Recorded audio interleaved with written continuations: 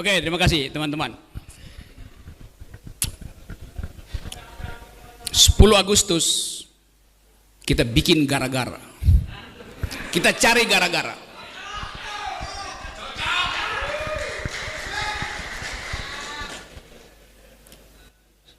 Seluruh kesempatan untuk diskusi sudah kita lalui. Diskusi dengan menteri, diskusi dengan dirjen, diskusi dengan kabinet, diskusi dengan anggota DPR. Hasilnya diabaikan. Maka saatnya kita bikin gara-gara. Apakah gara-gara itu inkonstitusional? Gara-gara itu disediakan oleh sejarah untuk berperkara. Kita bikin gara-gara untuk buka perkara. Berperkara dengan siapa?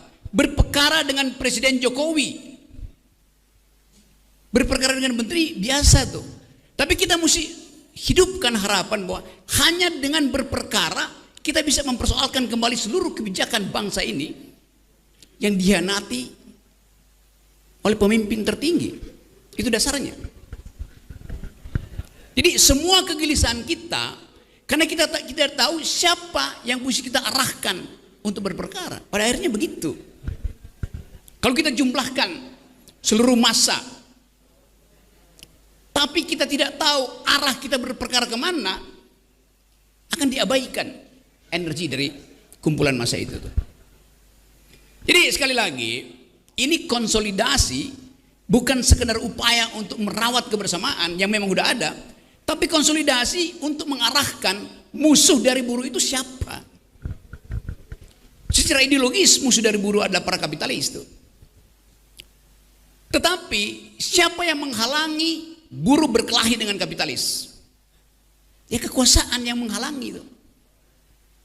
Seluruh sejarah perburuan dunia adalah konfrontasi, artinya proletar dengan kapitalis, antara buruh dan pemilik modal. Lalu konfrontasi itu dibikin lembek oleh kekuasaan.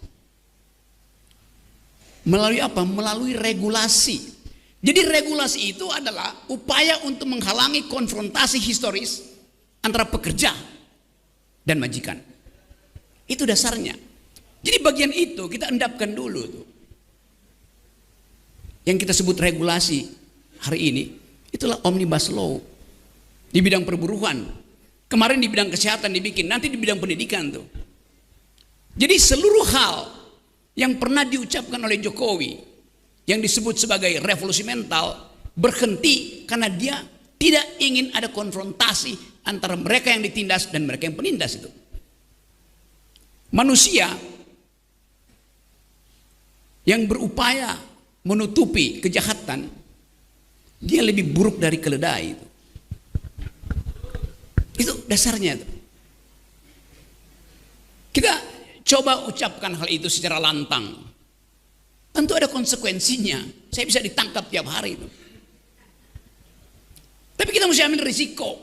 Kalau kita ingin ada perubahan, satu kali dalam sejarah buruh di tahun 2023 pernah membuat perubahan. Langkah itu yang akan kita tempuh 10 Agustus nanti itu. Apa bukti-bukti itu? Saya coba kasih beberapa cerita kecil ya. Satu waktu saya turun di Bandara Banyuwangi, Jawa Timur. Saya mau kasih kuliah di Jember. Seorang buruh sawit dari Sumatera halangi saya. Bung, saya mau bicara. Tadinya saya pikir dia intel. Dia bilang, saya pekerja perkebunan. Oke Pak. Sambil gemetar, dia bilang, saya mau ceritakan sesuatu. Karena saya udah 2 jam turun dari pesawat, hendak pergi ke Jember untuk menjemput satu dari 2 anaknya yang disekolahin di Jember. Saya mulai duga nih ada apa nih, ada problem keluarga. Dia bilang begini, Pak Rocky, apa yang saya mau ucapkan pada 2 putra saya kalau satu di antara mereka saya bawa pulang ke Sumatera tuh. Loh ada apa Pak? Begini, waktu saya memutuskan bersama istri saya dan keluarga besar untuk menyekolahkan 2 anaknya ke Banyuwangi, Saya memutuskan itu karena janji Jokowi bahwa harga sawit akan stabil. Mungkin di 2000 waktu itu. Oke. Jadi Bapak ini merencanakan ekonomi keluarga, kesejahteraan keluarga berdasarkan janji presiden pada waktu itu. Tiba-tiba harga sawit turun sampai 700 rupiah, 900 rupiah per kilogram. Bayangkan, dia mesti bawa pulang 1 dari 2 anaknya. Masalahnya adalah, apa yang mesti dia pilih, anak yang mana yang mesti dia korbankan. Malam sebelumnya pasti dia bertengkar dengan istrinya tuh. Anak yang mana, ayah? Hanya boleh ada 1 anak yang sekolah, karena harga sawit turun. Lebih lanjut ada pertanyaan, kalau anak yang 1 itu diambil, dibawa pulang ke Sumatera, apa kata teman-temannya? Narkoba, DO, bikin kejahatan. Ayah itu bingung, dia mesti memilih yang mana yang mesti dibawa pulang. Kalaupun dibawa pulang ke Sumatera, lingkungan tetangga di situ akan, kok pulang, bodoh ya anakmu. Jadi Anda bayangkan bahwa kebijakan negara yang menjadi patokan pembuatan rencana keluarga berantakan karena tidak ada jaminan negara tentang merosotnya pendapatan si buruh. Konkretnya begitu. Nanti kita dengar uraiannya. Pasti Jokowi akan bilang, harga sawit turun karena permintaan dunia berhenti. Oleh karena itu, salah sendiri Pak petani. Kenapa nggak menduga bahwa permintaan dunia akan berhenti? Dia mau salahkan si petani itu. Padahal dia yang janji bahwa harga akan stabil. Dan dengan kondisi itu, sang petani sawit mampu membayangkan masa depan anaknya. 2 tahun kemudian dia akan jadi manajer. 3 tahun kemudian dia akan jadi pemimpin perusahaan. Mimpi seorang buruh tani di Sumatera dibatalkan oleh ketidakkonsistenan Presiden Jokowi. Logika itu yang mesti kita pakai. Hal yang sama sekarang berlaku pada pegawai-pegawai tinggi, manajer-manajer di sepanjang Tamrin, yang juga berharap bahwa setelah dia pensiun, dia masih bisa mensekolahkan anak-anaknya tuh. Karena dia akan dapat 1 miliar. Sekarang dengan 25 juta. Mungkin ada anak yang belum kawin, dan dia janjikan pada waktu itu, kamu nak akan menikah setelah ayah pensiun, karena ayah punya 1 miliar. Sekarang dia cuma dapat 25 juta tuh. Mau bikin di mana pernikahannya tuh? Anaknya akan tagih, ayah mana uangnya, saya mau menikah sekarang tuh. Tunggu 10 Agustus, kata ayahnya tuh. Anaknya akhirnya mengerti bahwa bukan kesalahan ayahnya tidak menabung, tapi tabungannya dirampok oleh kebijakan Uni Baslawi. Itu dasarnya. Nah, kita ada di sini di dalam keadaan kebimbangan. Sementara Presiden Jokowi tidak pernah peduli permintaan buruh. Dia berupaya untuk menunda pemilu karena dia belum dapat kesepakatan dari ketua-ketua partai. Siapa yang akan melindungi dia ketika dia lengser? Apakah Ganjar mau lindungi dia? Apakah Prabowo mau lindungi dia? Apakah Anies mau lindungi dia? Tekanan politik massa akan membuat presiden-presiden itu tidak akan mungkin melindungi Jokowi. Begitu Jokowi kehilangan kekuasaannya, dia jadi rakyat biasa. Gak ada yang peduli nanti. Tetapi ambisi Jokowi adalah mempertahankan legasinya. Dia masih pergi ke Cina buat nawarin IKN. Dia masih mondar-mandir dari satu koalisi ke koalisi yang lain untuk mencari kejelasan nasibnya tuh. Dia memikirkan nasibnya sendiri, dia nggak pikirin nasib kita. Jadi teman-teman, kita harus lantangkan ini. Saya percaya bahwa 10 Agustus nanti akan ada kemacetan di jalan tol.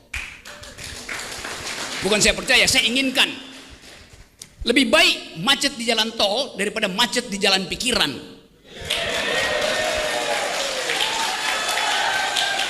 Kita perlukan itu. Sejarah menunggu kita. Dan siapa yang dipanggil sejarah, dia mesti mewakafkan waktu dan tenaganya untuk memungkinkan sejarah itu menempuh jalurnya sendiri. Tidak ada perubahan tanpa gerakan. Saya bisa kasih kritik macam-macam, tapi kekuasaan hanya berubah kalau ditandingi oleh massa. Kekuasaan selalu takut pada massa. Sejarahnya begitu, sunatullahnya begitu.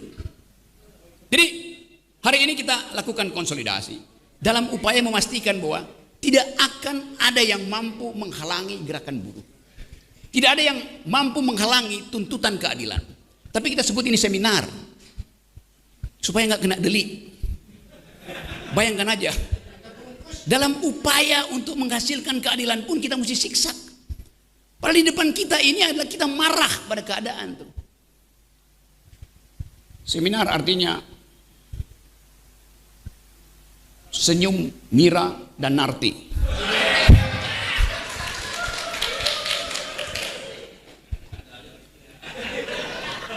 Karena kita marah sambil tersenyum. Kita marah terhadap keadaan, kita tersenyum karena akan ada perubahan. Kita mampu.